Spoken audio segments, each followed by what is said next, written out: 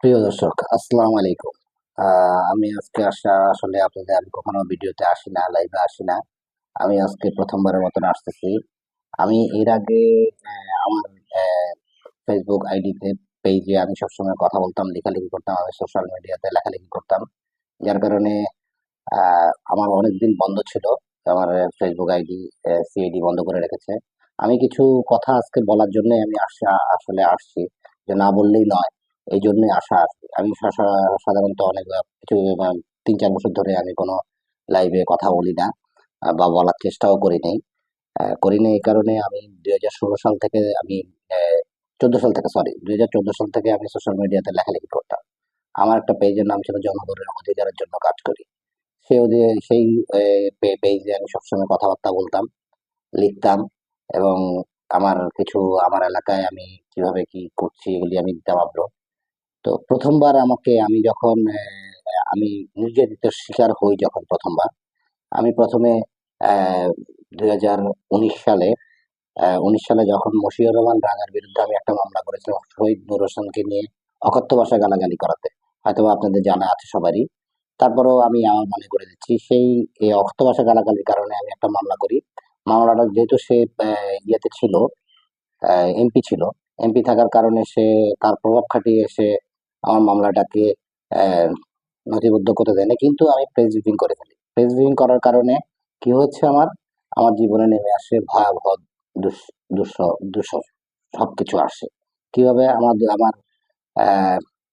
Press briefing করার পরে আমার বাড়ি ঘরে ভাঙচুর, আমাকে হুমকি ধমকি, বিভিন্ন নির্যাতনের শুরু হয়ে গেল।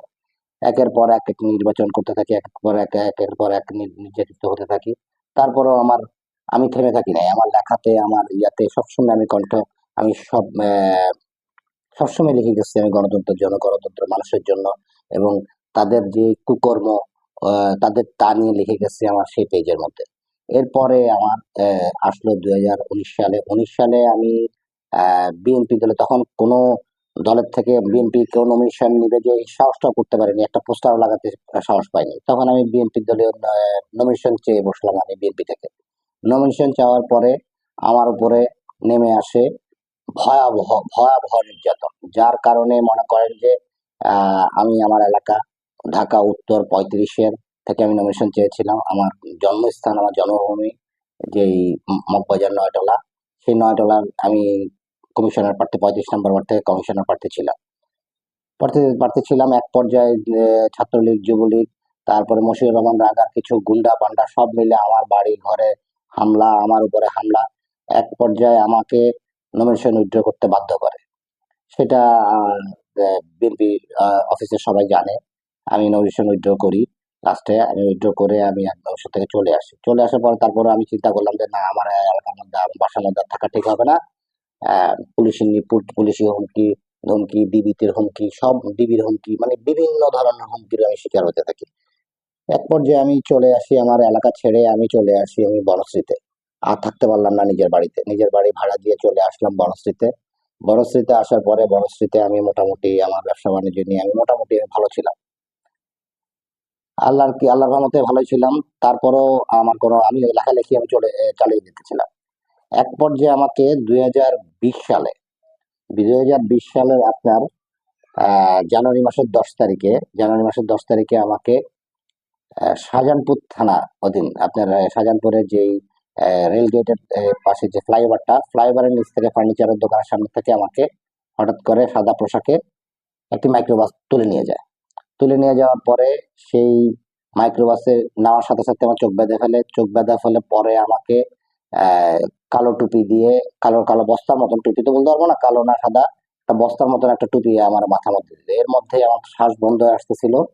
যাই হোক, এর মধ্যে কোনো কথা বললে তারা মারে, কোনো ইয়া করলেই মারে। ওরা একের পর এক ঘুষি, লাথি এভাবে দিতেই আছে। এইভাবে ঘুরাচ্ছে পুরা ঢাকা শহরে, আমার মনে হয় ২ ঘন্টা ২.৫ ঘন্টার মতো গাড়ি দিয়ে ঘুরাচ্ছে। তো এক পর্যায়ে আমাকে নিয়ে যায় একটা রুমের মধ্যে চোখ বাঁধা অবস্থায়, আহ সিঁড়ি দিয়ে নামিয়ে দিলাম, যতটুকু এটা আন্ডারগ্রাউন্ডে নিয়ে যে একটা রুমের মধ্যে আমাকে হাত কড়া খুলে দিয়ে ওই রুমের মধ্যে রাখার পরে আহ বেশ কিছুদিন ছিলাম, প্রায় ৪ মাস ১২ দিন আমাকে আটকে রাখে। ৪ মাস ১২ দিন আমাকে এইভাবে অপহরণ করে রাখার পরে আমার প্রচন্ড নির্যাতন করে। প্রচন্ড নির্যাতনের কারণে আমি এক পর্যায়ে অসুস্থ হয়ে যাই। অসুস্থ হয়ে যাওয়ার কারণে তারা আমাকে শুধু একটা জিনিসই জিজ্ঞেস করতো, আমি কার প্ররোচনায় আমি এই লেখালেখি করতাম, কে আমাকে ডোনেশন করতো, কে আমাকে ইয়ে করতো, এগুলো জিজ্ঞেস করতো। তা আসলে তো অ্যাকচুয়ালি আমি আমার নিজের বিবেক থেকে লিখতাম। আমি একটা দলের অনুসারী ছিলাম। কর্মী হিসাবে আমি সবসময় লেখালেখি করতাম। তা আমার লেখালেখির মাধ্যমে একটা প্রতিবাদী সবসময় কণ্ঠ ছিল। আমি কোনো মানুষকে গালাগালি করতাম না। আমি মানুষকে কোনোদিন খারাপ ভাষায় লেখালেখি করিনি। আমি যার চিত্রটা ছিল সেই চিত্রগুলি আমি আহ, আহ, তুলে ধরতাম। এছাড়া আর কিছুই করতাম না। যেটাই আপনি ওই সরকারের সময় লিখতে যাবেন সেটাই আপনার সরকারের বিপক্ষে যাবে, এটাই খুব স্বাভাবিক জিনিস। সরকারের বিরুদ্ধে যাওয়ার কারণে আমাকে মনে করেন একের পর এক নির্যাতনের শিকার হয়েছি। আমি 4 মাস 12 দিন আমি অপহরণ হয়ে থাকি। আমাকে নির্যাতন মানে গুম করে রাখা হয়, যেটাকে বলা হয়। বিভিন্ন ভাবে টর্চার করেছে। বিভিন্ন টর্চার করার কারণে আমার মানসিক এবং শারীরিকভাবে টর্চারের কারণে আমার কি হয়েছে, আমি অসুস্থ হয়ে পড়ি। অসুস্থ হয়ে পড়ার পরে ওরা আমাকে একদিন, আমি মনে করছি আমাকে নিয়ে যাবে। এর মধ্যে আবার মাঝখানে আমাকে নিয়ে বের হয়ে বিভিন্ন জায়গায় ঘুরতো। মনে করতাম আমাকে ক্রস ফায়ার দিয়ে দিবে, ক্রস ফায়ারের ভয় দেখাচ্ছে, এগুলি করতাম। আমি মনে করতাম যে আমি যখনই বেরোতো তখনই আমি দৌড়াদৌড়ি পড়া শুরু করতাম, আমাকে ক্রস ফায়ার দিয়ে দিবে। এরপরে যে যাক, আমাকে আল্লাহ রহমতে, আল্লাহ কি রাশির রহমতের কারণে আমাকে আমার ক্রস ফায়ার দেয় নাই। জিলের আইল্যান্ডের উপরে হঠাৎ করে ফেলে চলে যায় আমি যখন অসুস্থ হয়ে পড়ি। হাতিঝিল আইল্যান্ডের উপরে। সেখান থেকে আমাকে আমার পথচারীর মাধ্যমে আমার ওয়াইফকে আমি ফোন দিই। আমার ওয়াইফ এসে উঠে আমাকে আমাকে আমাকে সরি, হাতিঝিলে না, এটা প্রথমবার আমাকে এই শাহজাহানপুর শাহজাহানপুর যে আবু জাফর যে গিলফারি কলেজ মাঠে আমাকে ফেলে যায়। প্রথমবার আমাকে 4 মাস 12 দিন যখন আমাকে ইয়ে করে যায়, গুম করে রাখে।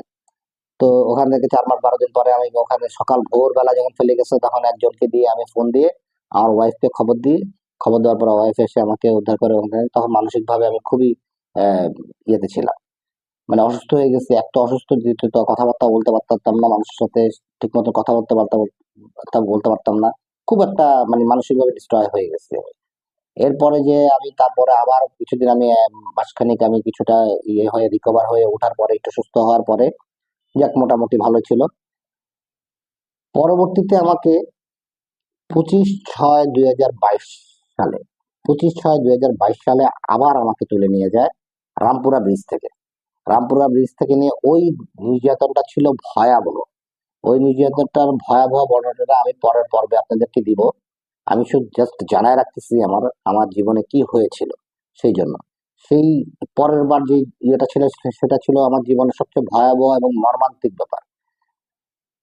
তৃতীয়বার তৃতীয়বার আমাকে তুলে নিয়ে যায় 8/7/2022 সালে। তৃতীয়বার সেদিন সেই সময় রাখে আমাকে 14 দিন। 14 দিন রাখে। তারপরে 14 দিন পরে আমাকে ছেড়ে দেয়। এটাও আমি পরের পর্বে আপনাদেরকে বলবো। আমি বিস্তারিত সবকিছু বলবো। তারপর চতুর্থবার আমাকে তুলে নিয়ে যে আপনি বাসা থেকে তুলে নিয়ে যে এবার বাসা থেকে গত লাস্ট 2বার আমাকে বাসা থেকে তুলে নিয়ে গেছে। বাসা থেকে তুলে নিয়ে যে আমাকে আহ হাতিঝিল থানা নিয়ে যায়। নিয়ে যাওয়ার পরে ওখানে আমাকে ওখান থেকে কোর্টে নিয়ে যায়। আমাকে সরাসরি সকাল ভোরবেলা নিয়ে গেছে, কোর্টে নিয়ে গিয়ে আমাকে হস্তান্তর করে ডিজিটাল নিরাপত্তা আইনে। তো ডিজিটাল নিরাপত্তা আইনে বেশ কিছুদিন জেল খাটলাম। জেল খেটে আল্লাহর রহমতে আমি আহ ওই মামলা থেকে জামিন পেয়ে বের হয়ে আসলাম। অনেক কিছু 4 মাস 3 মাস 3.5 মাস পরে আমি ওখান থেকে বের হয়ে আসলাম। এখন যে ব্যাপারটা নিয়ে কথা বলতে চাচ্ছিলাম, আমি আমি এই গুমের শিকার হওয়ার, আমার উপরে যে টর্চার চলেছে, আর প্রথমবার যে পরিমাণ আমাকে টর্চার করছে, টর্চারে আমি অসুস্থ হয়ে পড়ে যাওয়ার কারণে তারা মনে করছিল যে আমি মরে যাব, বাঁচবো না, এই ধরনের অসুস্থ হয়ে গেছিলাম। তারপরে আমাকে ফেলে যায় আবু জাফর গিফারি কলেজের মাঠে সকালবেলা। আমি আমার অন্যায় ছিল, যেটা হচ্ছে যে আমি সবসময় সোশ্যাল মিডিয়াতে লেখালেখি করতাম। লেখালেখি করার কারণে আমাকে মনে করেন ভয়াবহ ভাবে আমার নির্যাতন করা হচ্ছে। আমার বাড়িঘর ভাঙচুর। আমার আমার আমার তখন আমার বড় মেয়ের বয়স মাত্র 4 বছর, আর ছোট মেয়ের বয়স মাত্র 1.5 বছর। এই এই ছোট দুইটা বাচ্চা নিয়ে আমি আমার ফ্যামিলি খুব মানে ইনসিকিউর ফিল করতেছিলাম। কি করব কিছুই বুঝতে পারতেছিলাম না, কিছুই বুঝতে পারলাম না। প্রথমবার হওয়ার পর বের হওয়ার পরে তারপরে কিন্তু আমার লেখালেখি থামে নাই। আমার কিন্তু লেখালেখি চালিয়ে যেতাম। ৩ বার গুম হয়েছি। যতবারই আমি গুম হয়েছি, ততবারই আমি বের হয়ে আমি সুস্থ হয়ে আবারও লেখালেখি শুরু করেছি। এভাবে একের পর এক। যাক লাস্টে শেষ পর্যন্ত শেষ কথাটাই বলি। এখন আমি আল্লাহর রহমতে আমি গত ৩১/১০ ২০২৪ তারিখে ৩১/১০/২০২৪ তারিখে আমি একটা শাহজাহানপুর থানায় মামলা করি। যেটা প্রথমবার আমি যে মামলা আমাকে অপহরণ করে নিয়ে যে গুম রেখেছে ৪ মাস ১২ দিন, শাহজাহানপুর থানায় আমি একটা মামলা করেছি। সেখানে মামলার প্রধানমন্ত্রী সহ টোটাল হচ্ছে ২৫ জনের বিরুদ্ধে আমি মামলা করেছি। আমার সোশ্যাল মিডিয়াতে যাদেরকে নিয়ে লেখালেখি করতাম তারা আমাকে টর্চার করেছে, তারা তারা আমাকে জেল খাটিয়েছে। তাদের বিরুদ্ধে আমি কোনো অজ্ঞাতনামা বা কোনো রকম আমি কোনো আমার চিনা জানার বাইরে এমন কোনো লোককে আমি আসামি করি নাই। আসামি করি নাই। আমার মামলার একটা মেরিট রেখে আমি মামলাটা করেছি। মামলার মধ্যে আপনার যে ২৪ জনের নাম দিয়েছে তারা বিভিন্ন সময় সরকারি বিভিন্ন জায়গার মধ্যে আপনার ভালো ভালো ভালো অবস্থানে ছিল। তারা মন্ত্রী ছিল, মিনিস্টার ছিল, সরকারি আমলা ছিল, পুলিশের ডিআইজি ছিল, এরকম এরকম এরকম পোস্টে ছিল। তাদেরকে নামে আমি টোটাল ২৪ জনের নাম ২৫ জনের নামে আমি একটা মামলা দায়ের করেছি। মামলার কতটুকু অগ্রগতি হয়েছে হবে কি জানি না আমি। কিন্তু আমার যে কর্মকাণ্ড সেটা আবার নতুন করে শুরু করতেছি আমি। আমার এই পেজের মাধ্যমে আবার শুরু হবে। এটা কতদিন চালাতে পারবো জানি না। কোন গভর্নমেন্টের আমি কথা বললে কোন গভর্নমেন্টের প্রবলেম হতে পারে আমি জানি না। কিন্তু আমি সত্য কথাটা বলে যাব। কারোর যদি প্রবলেম হয় সেটা আবারও যদি আমার নিয়তি আমার কপালে যদি থাকে সেটা হবে। আমি প্রথমবার দ্বিতীয়বার যখন আমাকে ধরে নিয়ে যায় আমাকে এত টর্চারের কারণে আমি ব্রেন স্ট্রোক করেছি। আমি একটু সংক্ষেপে বলছি। আমি পরের পর্বে সবকিছু ভেঙে বলবো আপনাদেরকে কিভাবে কে টর্চার করেছে, কিভাবে করেছে সব বলবো। তো আশা করি আপনারা আমার জন্য দোয়া করবেন যেন আমি আপডেট গুলি আপনাদেরকে দিতে পারি, আবারও যেন লেখালেখি করতে পারি, আবারও যেন আপনাদের মাঝে ফিরে আসতে পারি, সেই দোয়া করবেন। আমার আমার কোনো দলীয় পদ পদবি এগুলি আমরা কোন সময় আমার চাওয়া পাওয়া ছিল না। আমি জনগণের জন্য কাজ করার চেষ্টা করি সবসময়।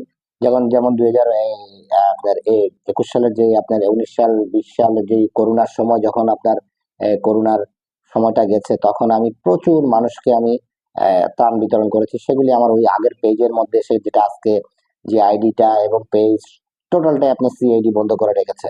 তো আশা করি আমি আপনাদের থেকে দোয়া কামনা করছি। আপনারা দোয়া করবেন আমার জন্য যেন আমি আমার আগের মতন আবার সোশ্যাল অ্যাক্টিভিটিস কাজ করে যেতে পারি এবং আপনাদের মাধ্যমে আমি যেন সবকিছু জানাতে পারি। আপনাদেরকে যেন জানাতে পারি, আপনাদের জন্য বোঝাতে পারি যে আমার উপরে কি টর্চার হয়েছে, সেই টর্চারের বর্ণনা যেন দিতে পারি। তো আমি এই মামলার কাগজটা দেখাচ্ছি। এটা হচ্ছে আপনার আহ উনি এটা হচ্ছে এই মামলাটা হচ্ছে আপনার আহ শাহজাহানপুর থানা শাহজাহানপুর থানায় করেছি আমি। আহ, আমার এখন এই মামলার অগ্রগতি কতটুকু হয়েছে সেটা আমি জানি না। তো আগামীকালকে আমি এই মামলাটাকে আবার র্যাবের কাছে আমি একটা অভিযোগ আকারে দায়ের করব। আপনারা দোয়া করবেন যেন এই আসামিগুলিকে অন্তত যেগুলি আছে এগুলি বুক চেটিয়ে চলতেছে রাস্তার মধ্যে, এই আসামিগুলি যেন ধরা পড়ে। আহ, আশা করি আপনারা দোয়া করবেন। আমাকে প্রশাসন এবং আহ গোয়েন্দা সংস্থা বাহিনীর যারা যারা আছেন তারা সহযোগিতা করবেন আশা করি। আমি তো আগামীকালকে আমি এই মামলাটাকে আবার র্যাবের কাছে আমি একটা অভিযোগ আকারে দায়ের করব। আপনারা দোয়া করবেন যেন এই আসামিগুলিকে অন্তত যেগুলি আছে এগুলি বুক চেটিয়ে চলতেছে রাস্তার মধ্যে, এই আসামিগুলি যেন ধরা পড়ে। আহ, আশা করি আপনারা দোয়া করবেন। আমাকে প্রশাসন এবং আহ গোয়েন্দা সংস্থা বাহিনীর যারা যারা আছেন তারা সহযোগিতা করবেন আশা করি। আমি এই বলে আমার বক্তব্য শেষ করছি। আগামী এই ভিডিওতে আপনাদেরকে আমি বলবো আমার উপরে কি ধরনের নির্যাতন হয়েছে, কি হয়েছে, কারা করেছে আমি সেটা বলবো। সেই ভিডিওর জন্য আপনারা একটু ধৈর্য ধরেন। আমি বানিয়ে আপনাদেরকে আমি বলবো সবকিছু আমি বলবো আপনাকে কিভাবে আমাকে নির্যাতন করেছে এবং কাগজপত্র সহ উইথ ডকুমেন্ট সহ আমি আপনাকে বলবো আমাকে কিভাবে আমাকে ফেলে গেছে আপনাদেরকে আমি জানাবো সবকিছু। আসসালামু আলাইকুম। দোয়া রাখবেন আমার জন্য যেন আবারও আপনাদের মাঝে কথা বলতে পারি, লিখতে পারি। সেই দোয়া রেখে আপনাদের থেকে আমি বিদায় নিচ্ছি। আসসালামু আলাইকুম।